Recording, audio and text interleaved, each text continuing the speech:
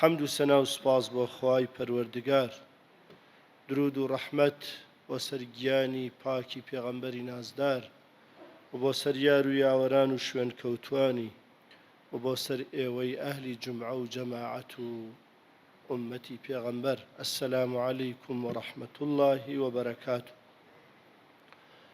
لەو تاری ئەمڕۆماندا باسی هجرەتی پێغەمبەر کە ئەمڕۆ بە پێی بەعزێ تەقویم یەکی محەڕەمە، بە پێی هەندێکیش دووی محەڕەمە، واتە سەرەتای ساڵی هجرەتی پێغەمبەری خوا صلی الله عەلەیه وسەلەم. خوای پەروەردگار جەلە جەلالوهو لە قورئانی پیرۆز لە سوورەتی تەوبە لە ئایەتی چلا ئەفەرمێ ئیلا تەنسوروه فەقەد نەسەرەه الله. ئەگەر ئێوە ئەم پێغەمبەری خوایە و ئەم دینەی خوا و ئەم دەعوەی خوا سەرناخەن، خوا هەر سەریەخا لە ئێوە باشتری ژەنێرێ. إذ أخرجه الذين كفروا ثاني اثنين إذ هما في الغار. یادی ئەو کاتە بکەنەوە کە کاتێک پێغەمبەر صلی الله عەلەیه وسەلەم کافرەکان و دەریان نا و بە پێی نەخشە و پلانێک بەرەو ئەو غار و ئەشکەوتە تەشریفیان برد لەگەڵ هاوڵی پایە بەرز و بەڕێزی حەزرەتی ئەبوو بەکردا. إذ هما في الغار إذ يقول لصاحبه لا تحزن. حەزرەتی ئەبوو بەکر نیگەران بوو، خەفەتی ئەخوات نەک ئەترسا، لا تەحزەن، دڵگران مەبە ئەی ئەبوو بەکر. ئەو دڵگران بوو لەوەی کە ئەگەر پێیان بزانن ئەم پێغەمبەرە صلی الله عەلەیه وسەلەم شەهید ببێ، پەیامی خوش کۆتایی پێیێت، خۆری نبووەت و ڕەحمەتی خوایی لە دنیادا کۆتایی پێیێت. بەس پێغەمبەر فەرمووی صلی الله عەلەیه وسەلەم لا تەحزەن، هیچ نیگەران مەبە، ئین الله مەعەنا، خوامان لەگەڵە. ئەگەر هەموو دنیات لەگەڵا بێت بەس خوات لەگەڵا نەبێت، وەکو ئەوە وایە کەست لەگەڵا نەبێت. ئەگەر هەموو دنیا پشتی لە تۆ بێت تەنها خوات لەگەڵا بێ، هەموو کەس و هەموو هێز و هەموو قووەتێکت لەگەڵایە. بەڵام ئەم ئایەتە ورەمان پێدات، بەرنامەمان بۆ دائەنێت، پێمان ئەڵێ لا تەحزەن ئین الله مەعەنا. موسڵمانان، ئێمە ساڵێکمان بەڕێ کرد، ساڵی 1446 هیجرەتی پێغەمبەر صلی الله علیه وسلم و پێشوازی لە ساڵی 1447 هیجریژەکەی. خوای پەروەردگار ئەم ساڵە بە خێر و خۆشی و بە ڕەحمەت و بەرەکاتی خۆی بەسەرمانە بڕژێنێ و دەروازەی بەرەکات بکاتەوە و بیکاتە مایەی عیززەت و سەربەرزی بۆ ئیسلام و موسڵمانان. جا لێرەوە پیرۆزبایی ئەکەین و باسەکەشمان سەرەتا باسی هیجرەت، هۆکارەکانی، دەرس و دروس و عیبەری و فەوائد و سوودەکانی. هیجرەت سنەتی ئەنبیایە، سنەتی ئەنبیا، پێغەمبەران بە زۆری هیجرەتیان کردووە. حەضارەتەکان هەمووی لەسەر ئەساسی هیجرەتێک دروست بوون. پێغەمبەری خۆشمان صلی الله عەلەیه وسەلەم خۆی و هاوڵان و یارانی کۆچیان کرد. کۆچی پێغەمبەر صلی الله عەلەیه وسەلەم شتێکی هەڕەمەکی نەبوو، گۆترە نەبوو، هەروە لە خۆوە نەبوو، بەڵکو بە پێی فەرمانی پەروەردگار بوو، بە پێی نەخشە و دەستورێک بوو، بە پێی بەرنامە و نەخشەیەکی مەحکەمی وردی داڕێژراو بوو. هیجرەت دوو واتای هەیە. واتایەکیانەوەیە کە لە شوێنێکەوە بڕۆی بۆ شوێنێکی تر، وەکو پێغەمبەر صلی الله عەلەیه وسەلەم هجرەتی کرد لە مەککەی پیرۆزەوە بەرەو مەدینەی منەوەرە. جێهێشتنی ماڵ، مناڵ، سەروەت، سامان، نیشتیمان، هەموو شتێک لە پێناوی ڕەزامەندی خوا و ئازادکردنی دینی خوا و ئازادکردنی بەندەکانی خوا و ئازادکردنی دەعوە و بانگەوازی خوایی لە پێناوی ئیعلا و بەرزڕاگرتنی کەلیمەی ئەڵڵا جەلە جەلالوه کەوابوو کۆچێک کۆچی ئینتیقالی و جەسەدیە، کۆچێکیش کۆچی معنەویە. کۆچی معنەوی واتە هەڵهاتن، وازهێنان، دوورکەوتنەوە لە هەر شتێک کە لە خوا دوورخاتەوە، لە هەر شتێک ڕێگەت لێ بگرێ لە بەرەو چوون بەرەو خوا، لە هەر شتێک کە لە خوات لێ تووڕەکات، لە هەر شتێک کە ڕەزامەندی خوات بۆ بەدەست نەیەنێت. جا بۆیە پێغەمبەری خوا صلی الله علیه وسلم باسی مسلمانمان بۆ ئەکا فەرمێ مسلمان ئەمەیە المسلم من سلم المسلمون من لسانه ويده. مسلمان ئەو مسلمانەیە کە خەڵکی مسلمانان دەوروبەر لە زمانی و لە دەستی پارێزراو بن. کەوابوو هەر کەسێک مسلمانان لە زمانی و لە دەستی پارێزراو نەبوون ئەوە ناچێتە ناو بازنەی تعریفی پێغەمبەرەوە صلی الله عليه وسلم. پاشان تعریفی مهاجرمان بۆ ئەکا فەرمێ المهاجر من هاجر ما نهى الله عنه. مهاجر ئەو کەسەیە کەوا هیجرەت کا، کۆچ کا لەو شتانەی کە خوای گەورە قەدەغەی لێ کردووە. ئەم فەرموودەی ئیمامی بوخاری ڕیوایەتی ئەکا. کەوابوو هۆکاری هیجرەتیش لە پێشەوە ئاماژەمان پێکرد کە پێغەمبەر هەروە بە گۆترە هیجرەتی نەکرد، هەروە لە خۆوە نەچوو، بەبێ بەرنامە نەچوو، بەڵکو فەرمانێکی ئیلاهی بوو بە پێی نەخشەیەکی ورد و محکەم و داڕێژراو بوو هیجرەتی کرد پێغەمبەر صلی الله عليه وسلم. هۆکارەکەشی زۆرن، یەکێک لەو هۆکارانە ئازادی بۆ مسلمانان، ئازادکردنیان لە بیرروباوەڕدا، ئازادیان لە ژێر دەستەییدا، ئازادکردنیان، ڕزگارکردنیان لەو پلان و نەخشەیەی کە گەمارۆی ئیقتیسادیان خستووە سەریان لە برسانە خەریک بوو دەمردن، حەساریان خستووە سەر حاڵەتی ئیجتیماعیان، نە ژنیان لێ بخوازرێ، نە ژنیان پێ بدرێ، نە سیلەی ڕەحمیان جێبەجێ بکرێ، نە هامۆشۆ بکەن، نە هامۆشەت بکەن. و هەروەها ئازادکردنی بانگەوازی دینەکەی خوا کە ئەم دینە ئەبێ ئازاد بێت و بگات بە شوێنەکانی تردا و گەڕان بۆ شوێنێک کە ئامین بێ، ئارام بێ، ئازاد بێ بۆ دەعوە و بۆ بانگەواز، بۆ ئەوەی کەوا پێغەمبەر صلی الله عليه وسلم ئەو کۆمەڵەی کە 13 ساڵە پەروەردەیانەکا و پێی گەیاندوون بۆ ئەوەی بیان کاتە ئەستێرەی ئاسمانی زەوی و میلەتەکانیان پێ ڕزگار کا و دین و دەعوە بگەێنێ بە خەڵکی، بۆ ئەوەی ئەوانە ئازاد بن و ئەوانە ببنە فەرمانڕەوا و مەسئول و ڕزگارکەری گەلان. دروس و عیبەر زۆر و زەبەنەن. ئاماژە بۆ هەندێکیانەکەین کە هیجرەتی پێغەمبەر چیمان پێڵێ. هیجرەت وەکو لە پێشەوە ئاماژەمان پێکرد هەروە شتێکی هەڕەمەکی نەبوو. ئەمە یەک. دوو، حەدەس و ڕووداوێک نەبوو ئتر تەواو بڕایەوە و کۆتایی پێهاتبێ، نە، بەڵکو هیجرەت یانی مەدرسەی خوێندن و پێگەیاندن و فێربوون بۆ ئومەتی پێغەمبەر صلی الله عليه وسلم هەتاوەکو ڕۆژی قیامەت.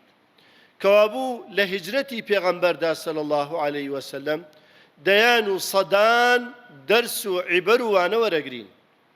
هیجرەت پێمان ئەڵێ مسلمانە بێ وریا بێت، سراع و ناکۆکی و ململانەی نێوانی حەق و بەتاڵ شتێکی قەدیمە و دووبارە بووەوەیە و درێژە ئەکێشێت تا ڕۆژی قیامەت.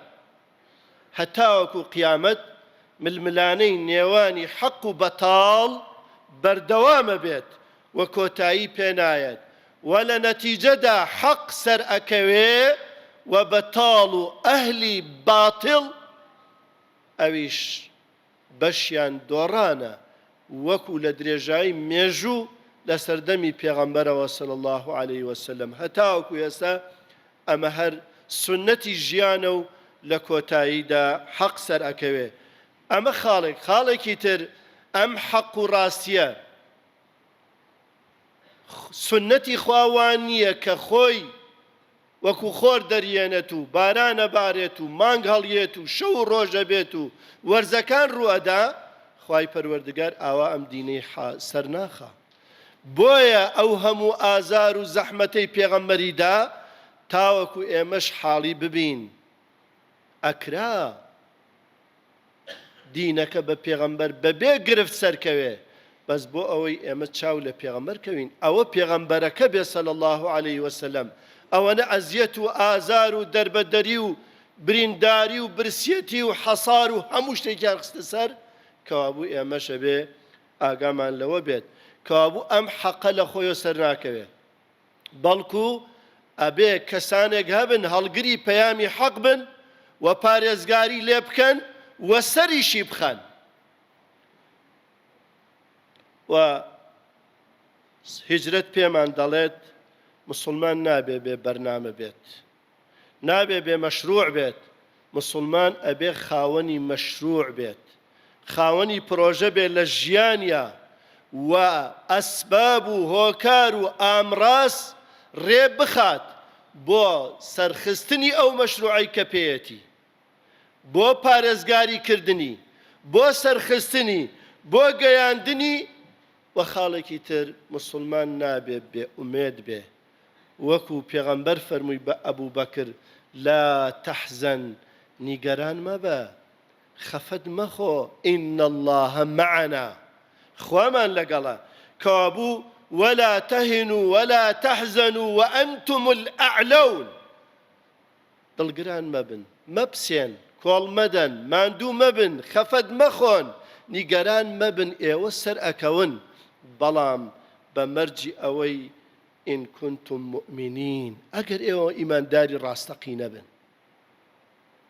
ئەگەر ئێوە شوێن کەوتەی پێغەمبەر بن صلی الله عليه وسلم خاڵێکی تر هیچ کاتێک و هیچ زەمەنێک مسلمانان ئەمین نابن لە مەکر لە داو لە فێڵ و لە تەڵەکە و لە شەڕی کافران و ناحەزان و دوژمنانی ئەم دینە هەروەکو پێغەمبەر صلی الله عليه وسلم پێغەمبەری خوا بوو بەرنامەیان بۆ داڕژ لەگەڵ حەساری اقتصادی و سیاسی و هەموو جۆرێک و ئەشکەنجە و ئازار و دەرکردن لەگەڵ ئەوەشا پلانیان داڕێژا کە ئەم پێغەمبەرە بکوژن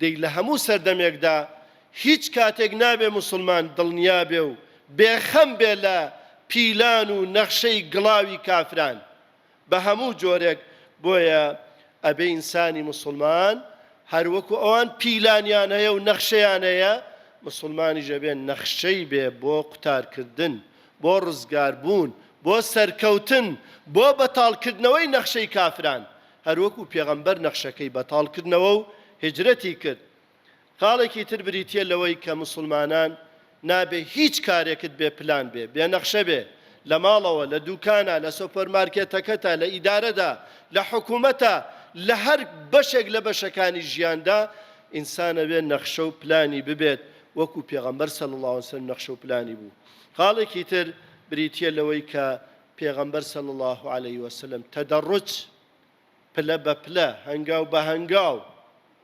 کارەکانیە کرد گۆترە نەبوو هەڕەمەکی نەبوو لە خۆوە نەبوو هەنگاو بە هەنگاو کارەکانیە کرد ئینسانی مسلمانیش ئەبێ هەمیشە ئاوا بێت خاڵێکی تر دەوری ئافرەت لە هیجرەتە حەزرەتی عایشە حەزرەتی ئەسما ئوم سەلەمە ئەمانە و چەندینی تریش کە دەوریان هەبوو لە هیجرەتە لە بەڕێکردنی پێغەمبەردا صلی الله عليه وسلم لە تەنظیمکردنی ئیش و کاری مسلمانان لە ناوەدا ئەمە پێمان ئەڵێ کە ئافرەت تەنها ئیشی ناو مەطبەخ نییە، تەنها ئیشی مەغسەلە و غەسالە نییە، تەنها ئیشی گسک و فڵان نییە. ئەکرێ ئافرەت تەبیب بێ، ئەکرێ ئافرەت ئەنواع دەور ببینێ. گۆڕانکاری کۆمەڵگا بە گۆڕانکاری ئافرەتە. هەر کاتێک ئافرەتەکان بەرەو باش هەنگاویان نا کۆمەڵگا ئەگۆڕێت، کەوابوو مسلمانان ئەبێ ئێمە دەور بدەینەوە بە ئافرەتان، بەڵام نەک وەکو دەوری ئەمڕۆ بەرەڵاکردنی ڕوودکردنی.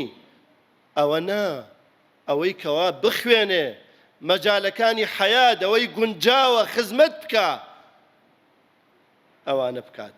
خاڵێکی تر بریتە لەوەی ئیلا تەنسوروه فەقەد نەسەرەه الله. ئەگەر ئێوە ئەم دینە سەرناخەن دەیخوا سەریەخە، کەسێکی تر ئەنێرێ. بۆیە پێویستە بە تایبەتی ئێمەی مسلمانان مسلمانەکان ئەمڕۆ وادانێەوە تۆ مردی چوویتە خزمەتی پێغەمبەر صلی الله علیه وسلم. پێغەمبەر بفەرمێت چیت کرد بۆ ئومەتەکەی من، چیت کرد بۆ سەرخستنی دینەکەی من، چیت کرد بۆ سەرخستنی دینی خوا. چه وەڵامێکت هەیە؟ چیمان کرد بۆ مسلمانان، بۆ سەرخستنی مسلمانان، بۆ پارێزگاری لە ئەخلاق، بۆ پارێزگاری لە دین، بۆ جوانکردنی دین، بۆ گەیاندنی دین. کەوابوو خۆشەویستان، ئێمە ئەبێ بزانین سەرخستنی دین یانی سەرخستنی خۆمان. جا فەواید و بەرهەمەکانی هجرەتی پێغەمبەر صلی الله علیه وسلم یەکەمیان ڕزگارکردنی مسلمانان بوو، ئازادکردنی دەعوە و بانگەواز بوو، تەئسیسی حکوومەت و سوڵتە و دەسەڵات بوو. پێغەمبەر صلی الله علیه وسلم کە گەیشتە مەدینە، پاش دروستکردنی مزگەوت و دروستکردنی ئوخووە و برایەتی، دەستورێکی وەثیقەیەکی نووسی و داینا بۆ ئەوەی هەموو ئەدیان، مەسیحی، یەهود، مسلمان هەمووی پێکەوە بژین، هەمووی هاوڵاتی ئەو شار و ئەو وڵاتە بن، هەمووی مافی خۆی هەبێ، هەمووی ئازاد بێ. و لەگەڵ ئەوەشا کۆمەڵێنی دانا کە ئەم دەوڵەتە تەئسیسی کرد، مجتەمەعێکی ئیسلامی لەسەر ئەساسی وەحدە و مەحەبەت و خۆشەویستی و تەکافل و برایەتی و ئازادی و یەکسانی لەبەردەم قەضا و زەمانی حەیات و حقوق. و پێغەمبەری خوا صلی الله علیه وسلم خۆی ڕئیس بوو، خۆی مامۆسا بوو، خۆی قاضی بوو، خۆی گەورە بوو و دعوەکەش ئازاد بوو، گەیەنرا بە هەموو دەوروبەر. ئەخیر خاڵ ئەوەیە کە پێغەمبەری خوا صلی الله علیه وسلم حکوومەتی تەشکیل کرد. ئەمە پێمان ئەڵێ ئەگەر وجودت ئەوێ، قیەمت ئەوێ، ئەخلاقت ئەوێ، بوونت ئەوێ، ئەبێ حکوومەتت ببێ. حکوومەتیش ئەبێ لەسەر عەدالەتی، لەسەر ئەساسی عەدل وەستا بێت، ڕەحمەت بێت، نەک گەندەڵ و دز و برسی کەری میلەت و بڕینی قوتی هەژار و کرێکار و داما و موەزەف و معەلیم بێت. بۆیە پێغەمبەری خوا صلی الله علیه وسلم حکوومەتی لەسەر ئەو ئەساسە دروست کرد. ئێمەش لە کۆتاییدا لە خوای پەروەردگار داواکارین. خوای داوات لێ ئەکەین بە ناوە جوانەکانت، بە ئیسمی عەظەمت، ئەم ساڵەمان بە ساڵی پڕ لە خێر و خۆشی، بارینی ڕەحمەت و بەرەکاتی خۆت. یا ڕەبی خوایە ئەم ساڵە ساڵی ئاشتی بێت، ساڵی سەلامەتی بێت، نور و بەرەکاتی خۆت ببارێ. یا ڕەبی خوایە دەروازەی خێر و ڕەحمەت لە مسلمانان بکەیتەوە، عزت بۆ ئیسلام و مسلمانان بگەڕێنیتەوە. یا ڕەبی خوایە داوات لێ ئەکەین بەڵاو موسیبەتمان لێ دوورخەیتەوە، ناکۆکی و تەفریقەمان لە ناوە لابەریت. یا ڕەبی خوایە سەعادەت و خۆشبەختی لەگەڵ دەروی خێردا لەم میلەتە و لە مسلمانان بکەیتەوە. یا ڕەبی خوایە ئەوانەی کەوا ئەبنە خێر بۆ میلەت و پشتیوانی میلەتن و ڕەحمەتن بۆ میلەت یارمەتیان بدە. ئەوانەش کە زەحمەتن مەشەقەتن دەسەخەنە قورگی ئەم میلەتە، یا ڕەبی خوایە دەست بخەیتە ناو قورگیان. یا ڕەبی خوایە ئەم دنیایان لێ تەنگ کەی. یا ڕەبی خوایە ڕسوای دنیا و قیامەتیان کەی. ربنا آتنا في الدنيا حسنة وفي الآخرة حسنة وقنا عذاب النار آمين.